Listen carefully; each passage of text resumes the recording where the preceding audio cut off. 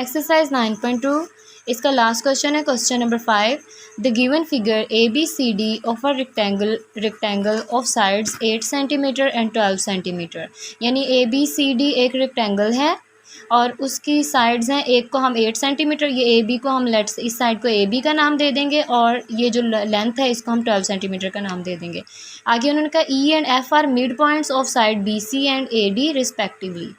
E जो है और जो F है वो मिड पॉइंट्स हैं। यहाँ पे देखें, ये E जो है B और C का हम मिड पॉइंट, ये B और C का मिड पॉइंट है, और F जो है वो किसका मिड पॉइंट है, DA और D का। तो यहाँ पे आगे उन्होंने कहा है by using Pythagoras theorem and heroes formula find. A part है जो हमने फाइंड करना है the area of a triangle ABE and FDC। यहाँ पे आप देखें ये ABE, ये ABE ट्राइंगल और जो FD और C ट्राइंगल, ये जो ट्राइंगल बन रही है इसका हमने एरिया फाइंड, इन दोनों ट्राइंगल्स का एरिया फाइंड करना। अब ये जो शेडेड पोर्शन है ना, ये इन्होंने बी पार्ट में इन्होंने कहा है the area of parallelogram find करें, यानी इसका भी एरिया फाइंड करना है, ये जो पैरेललोग्राम बन रही है AECF। अब हमने इन दो चीज़ों दो ट्राइंगल्स का एरिया फाइंड करना और एक पैरेललोग्राम का एरिया फाइंड करना है। और आप देखें कि ये टोटल हमें ये तीन चीज़ें अंदर आ रही हैं एक रेक्टेंगल शेप के अंदर। सबसे पहले हम यहाँ पे फिगर ड्रॉ कर लेंगे सेम टू सेम जो बुक में दी गई थी, और उसकी मेजरमेंट्स यहाँ पे 8 ले ली, तो दूसरी साइड सामने वाली अपोजिट साइड भी 8 होगी क्योंकि ये रेक्टेंगल है, ठीक है। तो रेक्टेंगल की ये अपोजिट साइड्स और ये वाली अपोजिट साइड सेम होती हैं। सो ये विड्थ जो है ये 8 हो गई और ये 12 हमारे पास दोनों साइडें आ गई लेंथ वाली। अब हमने सबसे पहले देखना है ट्राइंगल को फाइंड, एरिया ऑफ ट्राइंगल को फाइंड करेंगे। अब ये ABE ट्राइंगल को पहले सॉल्व करते हैं। अब ABE ट्राइंगल में देखें हमारे पास ये AB तो 8 सेंटीमीटर थी, हमने B और E को भी 6 सेंटीमीटर क्यों लिए, ये हमारे पास टोटल लेंथ ना 12 सेंटीमीटर थी, टोटल 12 थी और E उसका मिड पॉइंट था। मिड पॉइंट, अब ये 12 जो है ना हम B से E तक और E से C तक 6 में लिख लेंगे। 12 को 2 पे डिवाइड किया हमने, क्योंकि मिड पॉइंट जो होता है हमने B और C लाइन को जो 12 सेंटीमीटर थी उसको 2 पे डिवाइड किया, तो हमारे पास इतना पार्ट BE का 6 सेंटीमीटर आ गया। यहाँ पे हमने लिखा कि BE is equal to 12 divided by 2 is equal to 6। ये भी 6 है हमारे पास और ये ऊपर वाली साइड भी 6 है, टोटल 12 थी, हाफ कर दिया। इधर से भी हमने इसको भी 6 लिख दिया। अब यहाँ पे देखें ये वाली जो ABE ट्राइंगल है इसमें से 8 सेंटीमीटर ये और ये 6 सेंटीमीटर हमारे पास ये वाली लाइन बन रही है। इसको हमने, ये राइट एंगल बन रहा है यहाँ पे। अब ये 8 सेंटीमीटर और 6 सेंटीमीटर ये दो साइड्स हमारे पास मौजूद हैं, ये तीसरी साइड हाइपोटेनस बन रही है, इसको भी हम फाइंड कर लेंगे तो 3 साइडें हमारे पास आ जाएंगी। और हमारे पास राइट एंगल ट्राइंगल में जब दो साइड्स पता हो यानी बेस और अल्टीट्यूड पता हो तो हम हाइपोटेनस निकाल सकते हैं by using Pythagoras theorem. Pythagoras theorem क्या होता है, बेस का स्क्वायर और ये अल्टीट्यूड का square is equal to hypotenuse का स्क्वायर। यहाँ पे मैंने बेस AB लिख दिया, AB का square measurement of line ABC, और दूसरी लाइन प्लस लगा के मेजरमेंट BE लाइन है दूसरी, उसका स्क्वायर। अब बेस और हाइट का ये स्क्वायर आ गया, बेस और अल्टीट्यूड का स्क्वायर्स का sum is equal to hypotenuse. Hypotenuse की लाइन का क्या नाम है, मेजरमेंट ऑफ लाइन A से E का स्क्वायर।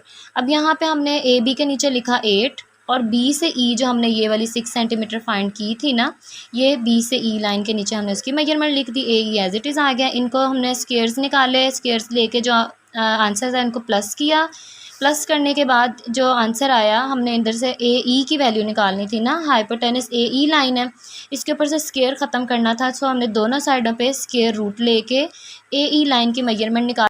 अब आपके पास ABE ट्राइंगल की तीनों साइड आ गई हैं, बेस, अल्टीट्यूड और हाइपोटेनस। अब आपने एरिया ऑफ ट्राइंगल इसका एरिया निकाल लेना है। जब आपके पास तीनों साइड हों तो पहले आपने S निकालना है, और S आपके पास ये इस फार्मूले से आएगा जो कि सॉल्व करने के बाद 12 सेंटीमीटर आ गया। अब आपने ये जो 12 ये S की वैल्यू निकल आई है, अब आपने ABE ट्राइंगल का एरिया निकालना है।